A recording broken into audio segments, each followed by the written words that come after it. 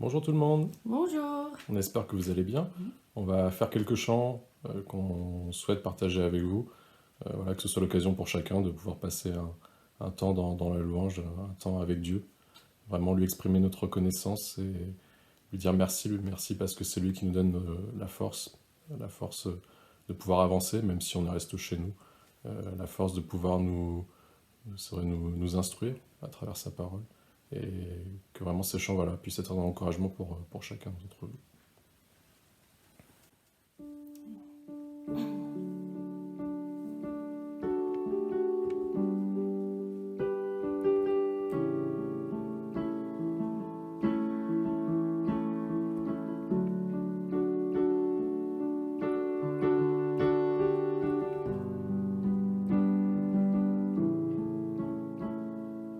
Gloire à ton nom, gloire à ton merveilleux nom, Jésus.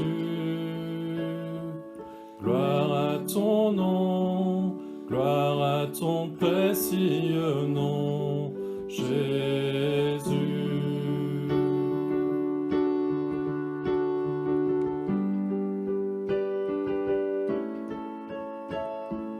Gloire à ton nom, gloire à ton merveilleux nom, Jésus. Gloire à ton nom, gloire à ton précieux nom, Jésus. Il me donne force et courage, il me donne amour et paix, il me donne puissance et autorité. Il me donne force et courage, il me donne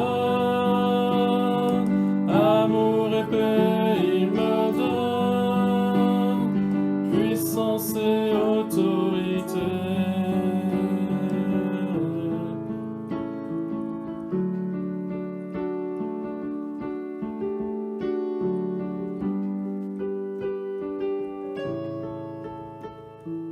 Gloire à ton nom, gloire à ton merveilleux nom, Jésus. Gloire à ton nom, gloire à ton précieux nom, Jésus. Il me donne force et courage, il me donne amour et paix, il me donne puissance et autorité. Il me donne force et courage, il me donne amour et paix, il me donne puissance et autorité.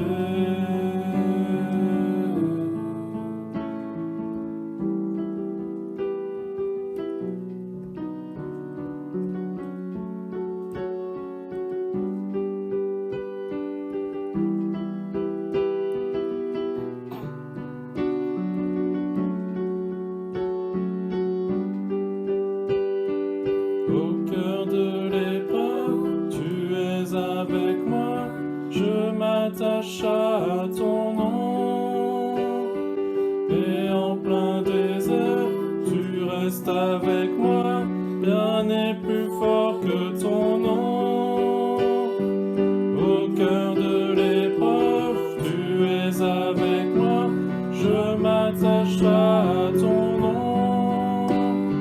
Et en plein désert, tu restes avec moi, rien n'est plus fort que ton nom. Il me donne force et courage, il me donne amour et paix, il me donne puissance et autorité. Il me donne force et courage, il me donne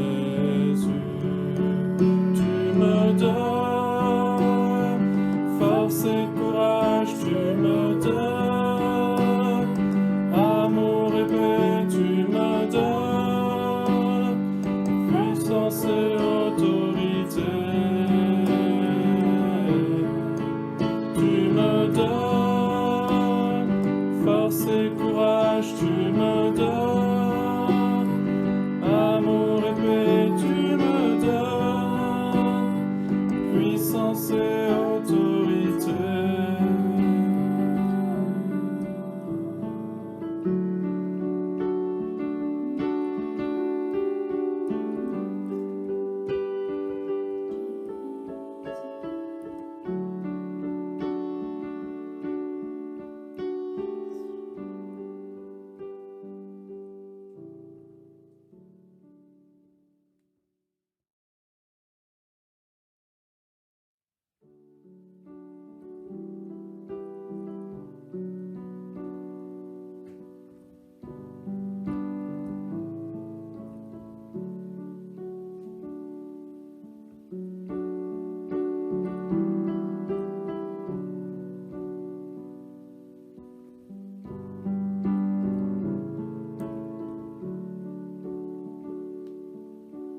Tu t'es abaissé pour l'humanité. Tu fus humilié et abandonné. Ta mort est ma vie. Tu payas le prix sans crainte aujourd'hui. Mon âme s'écrie Alléluia, Alléluia,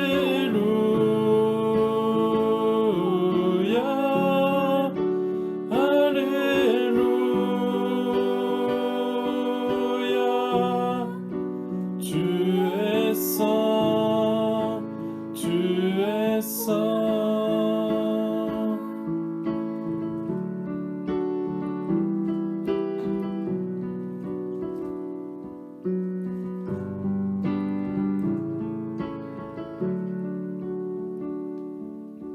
Je suis à tes pieds pour te remercier d'avoir accepté de tout supporter, éprouvé je tiens par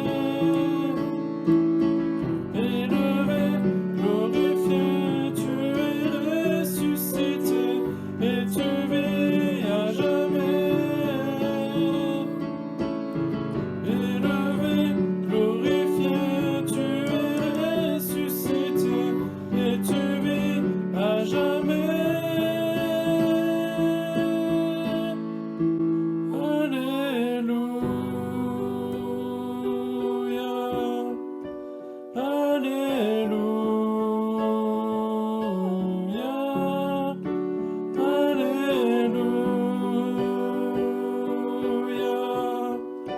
Tu es saint, tu es saint.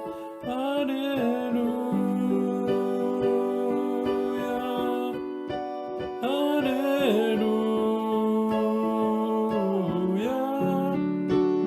Alléluia.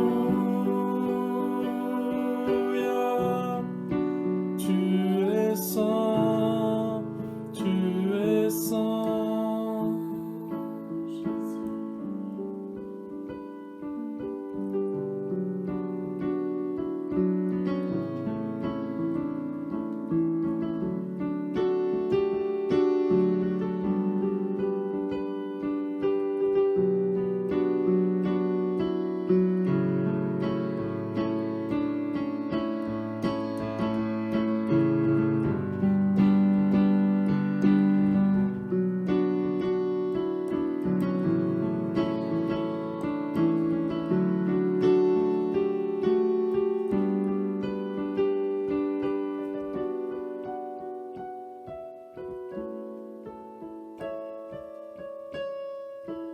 Alléluia.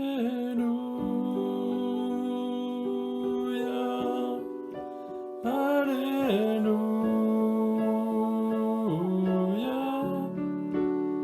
Alléluia.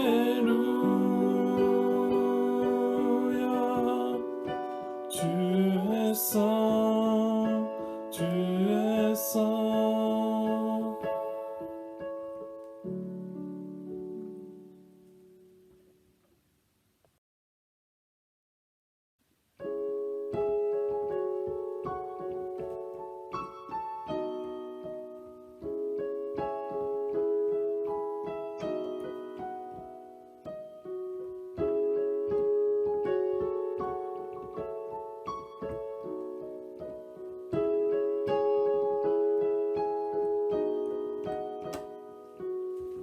J'ai abandonné mes peurs pour m'approcher et t'écouter. À genoux, je viens te prier, Seigneur. Je désire te contempler, vers toi je veux me tourner.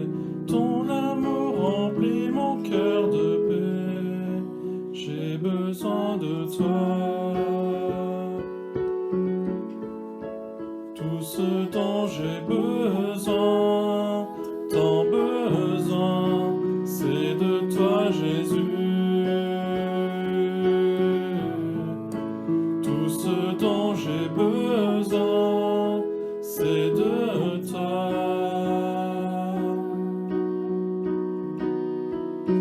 Malgré mes difficultés, ton esprit m'appelle à louer. Chaque jour, toi seul sais me rassurer. Où serais-je sans ton Fils qui donna sa vie pour moi? Je suis bien dans le creux de tes bras. J'ai besoin de toi. Tout ce dont j'ai besoin, tant besoin, c'est de toi, Jésus. Tout ce dont j'ai besoin, c'est de toi. J'ai besoin de toi.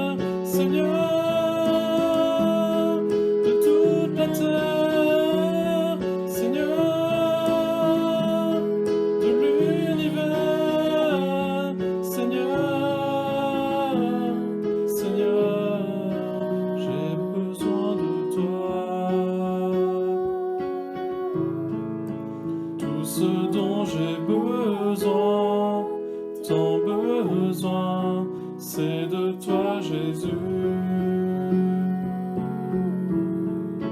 Tout ce dont j'ai besoin, c'est de toi. J'ai besoin de toi. Tout ce dont j'ai besoin, tant besoin, c'est de toi, Jésus. Tout ce dont j'ai besoin, c'est de toi.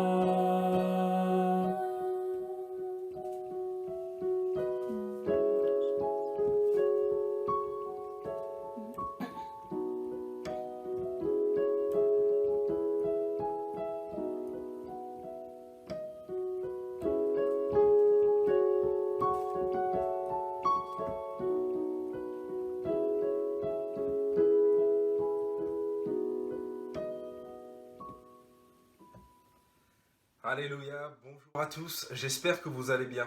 Aujourd'hui, c'est vraiment un jour particulier et un jour où, je l'espère, nous sommes ensemble.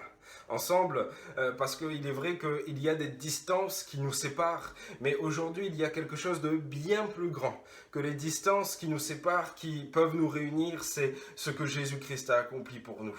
Alléluia. Aujourd'hui, nous célébrons partout sur la terre, nous pensons, nous tournons nos regards vers la Pâque. Alors, je ne sais pas ce que représente la Pâque pour vous, je ne sais pas comment vous vivez aussi les temps dans lesquels nous sommes actuellement, mais j'aimerais vous dire que en tournant vos regards vers ce qu'est la Pâque, concrètement, réellement, de façon vraiment profonde, alors logiquement, vous êtes censé y trouver Christ. En tout cas, c'est ce que la Bible nous dit dans 1 Corinthiens, au chapitre 5 et au verset 7. La Bible nous dit « Christ, notre Pâque ». Alléluia, Christ est notre Pâque. Et aujourd'hui, peu importe où vous êtes, peu importe ce que vous vivez, peu importe finalement les temps qui sont en train de s'abattre sur notre terre, les choses qui arrivent, j'aimerais vous dire qu'il y a quelque chose de bien plus grand qui est pour vous, qui est pour moi, qui est pour chacun d'entre nous, si nous le souhaitons, c'est Christ, alléluia, notre Pâque. Et j'aimerais vraiment vous inviter à ne pas passer à côté de ce message, parce que ce n'est pas un message de plus. Pâques, ce n'est pas finalement un récit de plus.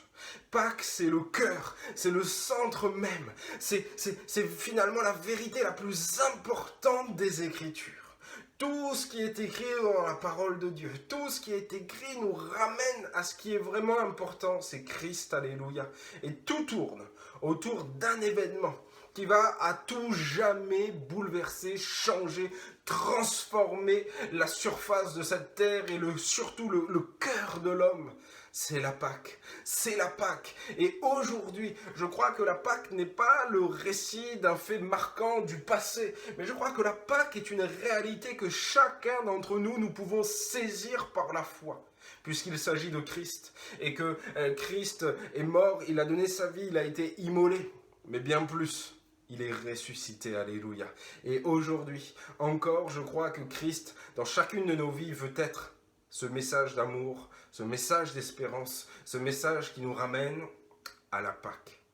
En tout cas, lorsque l'on s'intéresse à ce message, lorsque l'on voit en Christ parfaitement ce symbole être accompli, alors nous revoyons aussi son institution.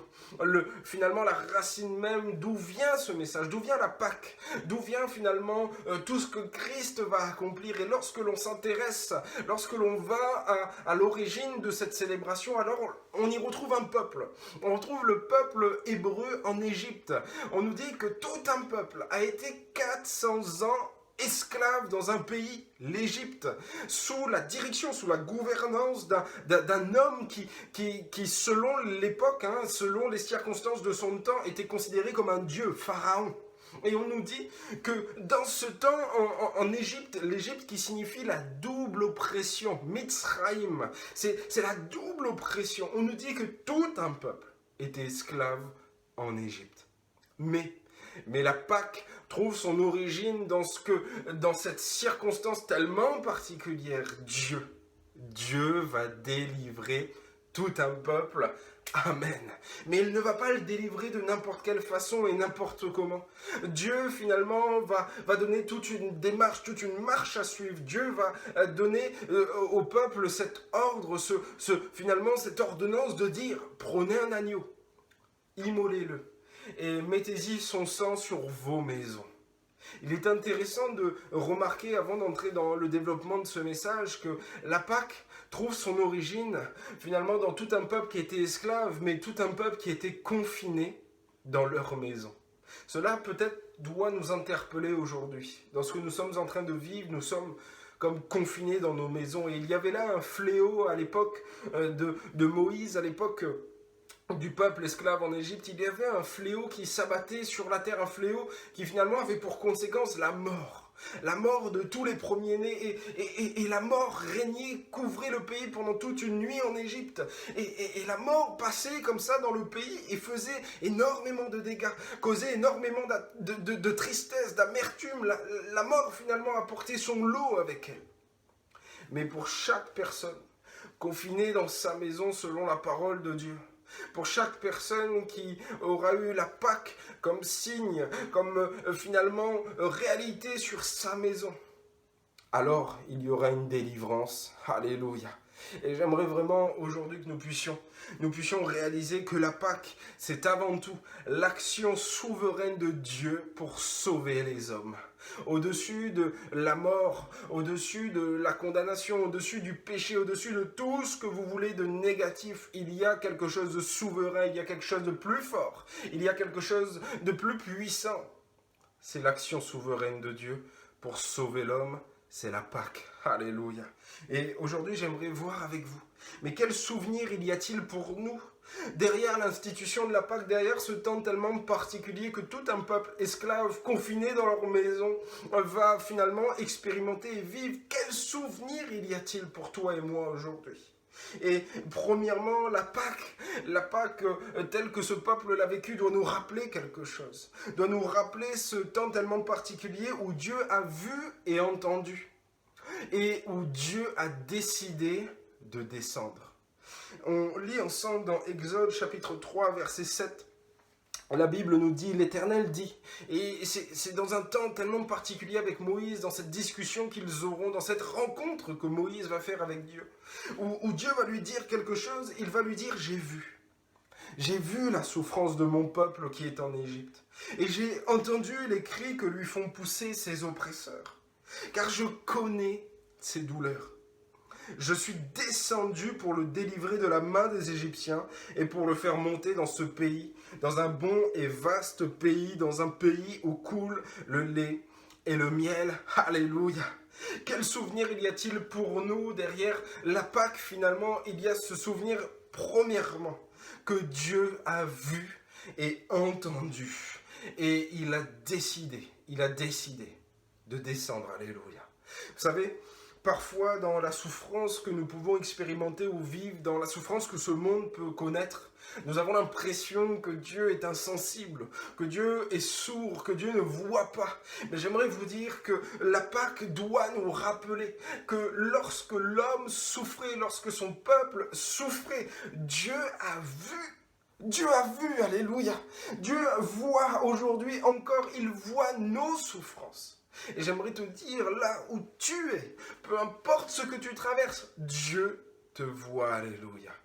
J'aimerais aussi, peut-être de façon plus globale, m'adresser au peuple de Dieu dans ces temps tellement particuliers que nous sommes en train de vivre.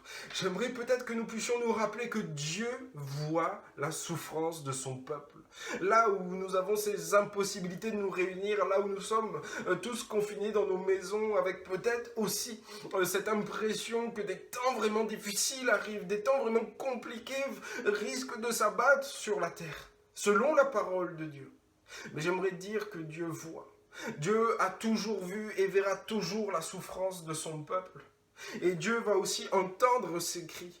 Je crois qu'il y a finalement dans chaque maison de chrétiens confinés des cris qui monte vers Dieu, qui se lève jusqu'à Dieu et qui exprime peut-être des incompréhensions, qui exprime peut-être une certaine souffrance. Et peut-être que toi, dans ce que tu traverses, dans ce que tu vis, il t'arrive d'exprimer une certaine souffrance, une certaine incompréhension. Peut-être même il t'arrive d'exprimer tes douleurs, tes peines à Dieu. Et j'aimerais que Pâques, peut-être aujourd'hui, puisse nous rappeler, puisse nous évoquer le souvenir que Dieu a vu et que Dieu a entendu. Alléluia. Mais il est une chose que Dieu va faire et qui doit peut-être rassurer nos cœurs et venir aussi conforter la foi que nous avons déposée en Dieu. C'est que Dieu ne va pas se contenter d'observer, il ne va pas se contenter de voir, d'entendre, mais Dieu va descendre. Alléluia. Vous savez, dans ces temps tellement particuliers que nous sommes en train de vivre en ce moment, j'aimerais peut-être te dire quelque chose. Dieu n'est pas là où il y a la souffrance. Parfois, on a accusé Dieu de toutes sortes de maux. On a accusé Dieu de toutes sortes de difficultés. On a accusé Dieu de toutes sortes de problèmes et parfois même d'épidémies. Mais j'aimerais vous dire que Dieu sera dans une position de hauteur face à ce qui se passe de difficile, de compliqué, face à l'esclavage, à la souffrance, face finalement aux problèmes d'ici-bas. Dieu n'est pas ici-bas dans ce qui se passe dans ce monde, mais Dieu va décider d'y descendre. Et cela doit finalement aujourd'hui nous rappeler quelque chose au travers de la Pâque aussi. C'est que Dieu n'est pas celui qui est à l'origine de la souffrance dans ce monde. Parfois on se pose la question, mais comment concilier, comment considérer notre foi et la souffrance? Comment comprendre la souffrance? Est-ce que Dieu a créé la souffrance? J'aimerais aujourd'hui peut-être rassurer quelqu'un qui se pose toutes ces questions en disant que Dieu n'est pas à l'origine de la souffrance. Dieu n'est pas l'auteur de tes souffrances. Dieu n'est pas celui qui finalement veut la souffrance. Mais il est celui, lorsqu'il y aura la souffrance, lorsqu'il y aura des cris, lorsqu'il y aura des pleurs, lorsqu'il y aura des difficultés, il est celui qui va descendre. Alléluia. Les problèmes sont ici-bas. Et la solution, elle est en haut. Alléluia. Et cette solution, ce remède, la guérison, la puissance, l'autorité, la sainteté, finalement tout ce que ce monde n'a pas, va un jour descendre. Et c'est ça le message de la Pâque. La Pâque, c'est le message que Christ qui a vu et entendu, va descendre. Amen. Dieu n'est pas responsable des douleurs ici-bas, mais il voit la douleur et il l'entend. Et Dieu n'est pas simplement informé de ce qui se passe, comme nous sommes aujourd'hui informés. J'aimerais te dire que Dieu est celui qui va aller au front. Dieu est celui qui est en première ligne. Dieu est celui qui, lorsqu'il décide de descendre et d'agir, agit de façon à ce que tous puissent le voir. Et c'est ce que Christ va faire et c'est ce que Pâques doit nous rappeler. Christ ne va pas se cacher. Un jour, ses frères, les enfants que Joseph et Marie auront, vont dire à Christ, mais si tu es le Messie, pourquoi est-ce que tu te caches? Montre-toi et montre-toi à tout le monde au temple. Mais Christ ne s'est jamais caché. Christ va offrir sa vie à la vue de tous. Pâques, finalement, premièrement, est le souvenir que Dieu a vu et entendu et qu'il est descendu. Mais c'est aussi le souvenir que Christ a manifesté l'amour de Dieu. Christ a manifesté l'amour de Dieu. Regardez ce qu'il est écrit, Exode chapitre 12, verset 7. On prendra de son sang et on en mettra sur les deux poteaux et sur le linteau de la porte des maisons où l'on mangera. Quand vous la mangerez, verset 11, vous aurez vos reins sains, vos souliers aux pieds et votre bâton à la main et vous le mangerez à la hâte. C'est la Pâque de l'Éternel. On a lu, on prendra de son sang. On prendra de son sang. Vous savez, Pâques, aujourd'hui, évoque le souvenir de, finalement, le règne de Dieu qui est venu jusqu'à l'homme. Après que l'homme se soit retrouvé à cause de ses fautes, à cause de son péché, à cause aussi de son cœur qui parfois est mauvais, à cause de ses erreurs, dans une souffrance ici-bas. Oui, la Pâque est ce souvenir du règne de Dieu qui est venu jusqu'à l'homme. mais c'est aussi le souvenir que ce règne est venu manifester une réalité qui animait le cœur de Dieu pour qu'il décide de descendre. Cette réalité, c'est que Dieu t'aime, Dieu nous aime. Et Dieu a manifesté son amour. Deuxièmement, c'est cela que doit nous évoquer comme souvenir la Pâque de Christ. C'est que Dieu a manifesté au travers de Jésus son amour. Puisque, comme on l'a lu, finalement, la maison des Juifs, la maison des Hébreux, sera épargnée de ce fléau qui va s'abattre sur toute l'Égypte. Non pas à cause de, vous savez, de ce qu'il pourrait y avoir de bon dans chacune des maisons de ces personnes confinées, mais à cause de quelque chose qui sera au-dessus de chacune de ces maisons, le sang d'un agneau, mâle, pur, sans défaut, sans tache, un agneau finalement qui correspond aux critères de Dieu. Et cela c'est Jésus-Christ qui l'a incarné parfaitement. Alléluia. Et j'aimerais vous dire que derrière ce message, il y a une réalité tellement forte, qui doit peut-être choquer nos cœurs. Je dis bien choquer nos cœurs aujourd'hui. C'est que on va devoir prendre de son sang. Prendre de son sang pour le placer sur les poteaux, les 2 poteaux des portes et sur le linteau de la porte. Le sang de Christ qui a été versé, qui nous rappelle ses 2 mains clouées sur cette croix et cette couronne d'épines placée sur sa tête. Finalement, cette porte qui nous parle de Jésus. Le sang devra couvrir la maison. Mais si on nous parle de sang, c'est qu'on nous parle de blessures. Et si on nous parle de sang que l'on doit prendre, c'est qu'on nous parle d'un sacrifice. On nous parle d'une victime, on nous parle de quelqu'un qui s'est offert, on nous parle d'une douleur. C'est ce que Christ a vécu. C'est ça le souvenir que la Pâque doit avoir pour nous et qui doit nous rappeler. Le souvenir finalement de cette réalité encore aujourd'hui, que Dieu nous aime. Le sang de l'agneau nous parle finalement de cette réalité que Christ est venu. Parfois nous disons dans ce que nous annonçons que Christ est avec chacun d'entre vous. Et peut-être que cette réalité, peut-être que cette phrase, vous l'avez souvent entendue, mais cela ne trouve pas un écho dans vos vies, parce que dans tout ce que vous traversez, vous dites, mais si Dieu est là, pourquoi il n'agit pas ? Et j'aimerais te dire qu'en tournant les yeux vers Pâques, alors tu vois l'action de Dieu. Alors tu vois la façon dont Dieu a agi. Parce que c'est d'une façon tellement concrète, tellement réelle. Peut-être qu'aujourd'hui tu doutes de la capacité, de la façon dont Dieu est capable d'agir pour toi. Mais j'aimerais te dire que dans le message de la Pâque, il y a la réalité, finalement l'action tellement puissante, tellement réelle et concrète que Dieu est avec toi. On nous parle de son sang qui a coulé. On nous parle de son sang. On nous dit que finalement, il y a là comme un prix qui a été payé. Peut-être, on aurait considéré qu'il aurait été bon de mettre notre sang. Peut-être que pour protéger nos vies, parfois nous y mettons du nôtre.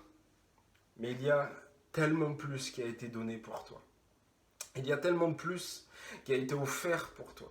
Le sang nous parle finalement de cette réalité que Christ est venu ici-bas et qu'il est venu de façon tellement réelle qu'il a souffert, qu'il a donné sa vie, que quelque chose de lui a été donné, a été manifesté. Et cela est un signe, un témoignage pour toujours. Alléluia. Et le sang nous parle du prix payé, nous parle de la souffrance que Christ a endurée. Aujourd'hui, comment douter ? Comment douter de cet être si glorieux, si parfait, qui a donné sa vie pour toi? Comment douter de lui? Comment douter dans tout ce que nous sommes en train de traverser, de celui qui se tient au-dessus de chacune de nos maisons, de celui qui veut aujourd'hui encore nous épargner de la mort, celui qui veut encore sauver, celui qui veut encore agir dans sa puissance, dans sa pureté, dans sa sainteté pour chacune de nos vies. Aujourd'hui, il y a quelque chose de concret sur lequel tu peux t'appuyer. C'est le sang de l'agneau. C'est le sang de Jésus. Oui, le Seigneur est venu. Oui, il est descendu. Mais il est descendu tellement bas pour toi, qu'il a donné son sang, qu'il a donné sa vie, qu'il n'a pas hésité devant la souffrance, devant la douleur, devant les coups, devant les moqueries, devant les injures. La Pâque et le souvenir de l'amour de Dieu manifesté pour nous. Je ne sais pas si vous connaissez une personne dans votre entourage qui serait capable de donner sa vie comme cela pour vous. Peut-être vous allez vous tourner vers votre mari, vers votre femme en disant « Je suis convaincu que tu le ferais pour moi ». Mais parce que vous connaissez votre mari, vous connaissez votre femme, mais Christ l'a fait alors que vous ne le connaissiez même pas. Christ l'a fait alors que vous ne le cherchiez même pas, alors que vous ne l'aimez même pas. Alors donner sa vie pour quelqu'un que l'on aime et réaliser que parce que la personne nous aime, elle va s'offrir à nous et parce que nous aussi nous l'aimons. Mais lorsqu'il s'agit d'une personne qui n'aime pas l'autre, alors cela devient tellement plus compliqué. En tant qu'être humain, nous y voyons tellement de limites. Mais Dieu s'est affranchi de toutes ces barrières, toutes ces frontières qui existent entre les êtres humains. Et il a accompli ce que personne d'autre ne pouvait faire pour ta vie. Il a accompli un sacrifice pur, parfait. Lui qui est l'agneau de Dieu.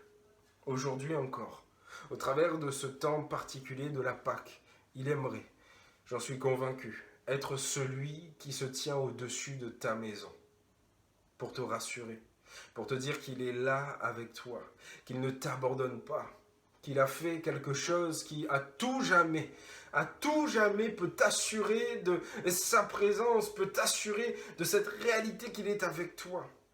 Il a donné son sang. Christ, notre Pâque, évoque ce souvenir que Dieu a vu, entendu et descendu, que Dieu a manifesté son amour, mais aussi que Dieu a manifesté sa puissance. Alléluia. Il est écrit, Exode chapitre 12, verset 12, « Cette nuit-là, je passerai dans le pays d'Égypte et je frapperai tous les premiers-nés du pays d'Égypte, depuis les hommes jusqu'aux animaux, et j'exercerai des jugements contre tous les dieux de l'Égypte. Je suis l'Éternel. » Verset 13, « Le sang vous servira de signe sur les maisons où vous serez. Je verrai le sang, et je passerai par-dessus vous, et il n'y aura point de plaie qui vous détruise quand je frapperai le pays d'Égypte. Vous conserverez le souvenir de ce jour et vous le célébrerez par une fête en l'honneur de l'Éternel. Vous le célébrerez comme une loi perpétuelle pour vos descendants. » Amen. Le verset 13 nous dit, « Le sang vous servira de signe, alléluia, sur les maisons où vous serez. » Oui, si nous décidons de réaliser aujourd'hui l'amour de Dieu qui a été manifesté lorsque Dieu est descendu, et si nous nous réfugions derrière l'œuvre que Christ a accomplie pour nous, alors j'aimerais vous dire que cette œuvre est une œuvre puissante, alléluia. La Bible dit que la croix est une puissance de Dieu, alléluia, pour le salut de quiconque croit. Et j'aimerais vous dire aussi que derrière le message de la croix, il y a la manifestation de la puissance de Dieu. Cette puissance qui s'est manifestée cette nuit-là. Cette nuit-là, lorsque la mort a voulu couvrir tout le pays. Cette nuit-là, lorsque un fléau s'est abattu en Égypte. Cette nuit-là, où finalement le peuple de Dieu, les Hébreux, étaient confinés dans leur maison. Il y a là quelque chose de beaucoup plus fort, de beaucoup plus grand, qui va protéger ceux qui se seront confiés en Dieu. C'est le sang. Le sang qui va servir de signe. Et la Bible dit, c'est Dieu qui va le dire, « Je verrai le sang. Et je passerai par-dessus vous. Je verrai le sang. » Vous savez, dans toutes ces maisons confinées en Égypte, il y avait des êtres humains. Il y avait des hommes, des femmes, avec finalement leurs défauts, finalement leur cœur mauvais comme chacun. J'aimerais vous dire que ceux qui étaient dans ces maisons n'étaient pas meilleurs que les autres. Ils étaient même dans de pires conditions que les autres. J'aimerais vous dire que dans ces maisons, il y avait peut-être toutes sortes de réalités, des disputes, il y avait peut-être des familles, il y avait peut-être des personnes seules, isolées, il y avait peut-être là, derrière ces maisons, derrière les murs de ces maisons, des situations qu'on ne peut même pas imaginer. Mais ce qui va les épargner, ce n'est pas ce que Dieu va voir dans la maison, c'est ce que Dieu va voir sur la maison. Et finalement, si la Pâque devait être aussi le souvenir, troisièmement, que Dieu a manifesté sa puissance. Cette puissance, aujourd'hui, j'aimerais te dire qu'elle veut et qu'elle peut couvrir ta vie. Cette puissance, elle peut couvrir ce qui se passe dans la maison. Elle peut peut-être venir couvrir tes imperfections, peut-être couvrir le péché qui est là. Et plus que cela, cette puissance manifestée en Christ peut laver, purifier ce qu'il y a dans la maison. Dieu va voir les maisons. Mais ce qu'il verra de plus, et c'est ce qui va lui permettre d'épargner ces maisons, c'est le sang qui sera là. J'aimerais te dire aujourd'hui, ne te cache pas derrière tes œuvres, derrière finalement ce que tu as fait de bon ou de mauvais. Peut-être qu'aujourd'hui, tu te places derrière tout ce que tu as fait de mauvais en disant « Mais voilà, c'est ça ma vie et moi, c'est obligé que je dois souffrir. C'est forcément que je dois subir telle et telle conséquence. » J'aimerais te dire aujourd'hui, ne te cache pas derrière tes fautes et tes erreurs, mais viens te cacher derrière le sacrifice de Dieu à la Pâque, alléluia. Viens te cacher derrière finalement toute l'œuvre d'amour que Dieu a accomplie pour toi, parce que cette œuvre est puissante. Cette œuvre est puissante. Et cette œuvre est puissante aussi parce que dans ce qu'on a lu, on nous dit que cette nuit-là, Dieu va passer dans le pays d'Égypte. Dieu va passer là où il y a de l'oppression et Dieu va frapper tous les premiers-nés du pays d'Égypte. Mais écoutez bien, il va exercer ses jugements contre tous les dieux de l'Égypte. Cette œuvre est puissante parce que tout ce qui était comme une domination, comme une oppression, comme plus fort, plus grand dans ta vie, Dieu va exercer ses jugements contre cela. La victoire est à notre Dieu. La puissance est à notre Dieu. L'amour que Dieu a manifesté est pour ta vie aujourd'hui. Et j'aimerais te dire là où tu es, considère que la Pâque, c'est ce souvenir que Dieu a exercé ses jugements contre tous les dieux, contre tous ceux qui nous oppressaient. Vous savez, en Égypte, on le rappelait au début de cette vidéo, le pharaon était considéré à son époque comme une divinité, comme un dieu.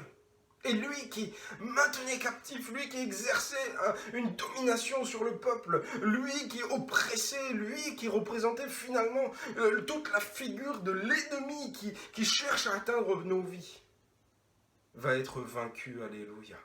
Parce qu'il y a là quelque chose de bien plus grand que tout ce qui peut aujourd'hui dominer, tout ce qui peut aujourd'hui t'angoisser, t'oppresser, tout ce qui aujourd'hui peut revendiquer quelque chose dans ta vie. Il y a quelque chose de plus grand qui a été manifesté à la Pâque, c'est Christ. C'est le sang de l'agneau. Et j'aimerais te dire aujourd'hui, mais ne crains pas, parce que Dieu a manifesté sa puissance. Dieu a manifesté sa puissance.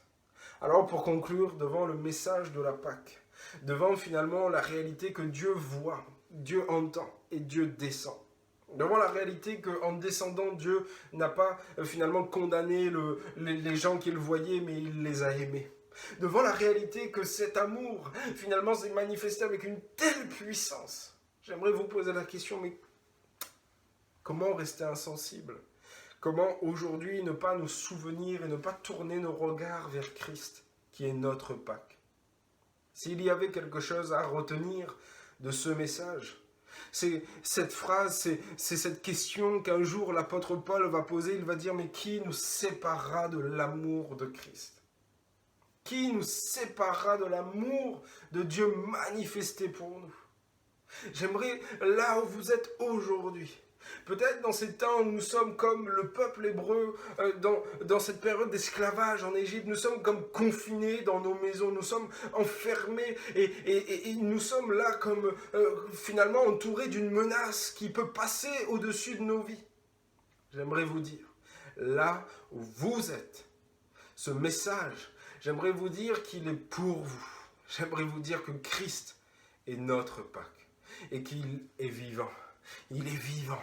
Il est vivant et aujourd'hui encore nous devons, plus que jamais, dans les moments que nous vivons, nous rappeler, nous souvenir de qui il est. Il est celui qui est descendu, celui qui a manifesté l'amour de Dieu. Et il est celui qui agit et qui a agi avec tellement de puissance. Alors, là où vous êtes, je vous invite à peut-être arrêter ce que vous êtes en train de faire. Après avoir coupé cette vidéo, à prendre le temps de le remercier. Tout cela, il l'a fait pour un peuple, mais il ne s'est pas contenté de ce peuple. Il voyait ta vie, il voyait ma vie, il voyait ce que nous traversons aujourd'hui. Et je crois qu'aujourd'hui encore, si Dieu avait un message à apporter à ce monde, ce serait le suivant.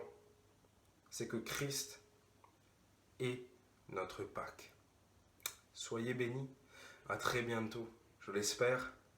Mais en attendant, souvenons-nous de qui il est pour nous. À bientôt.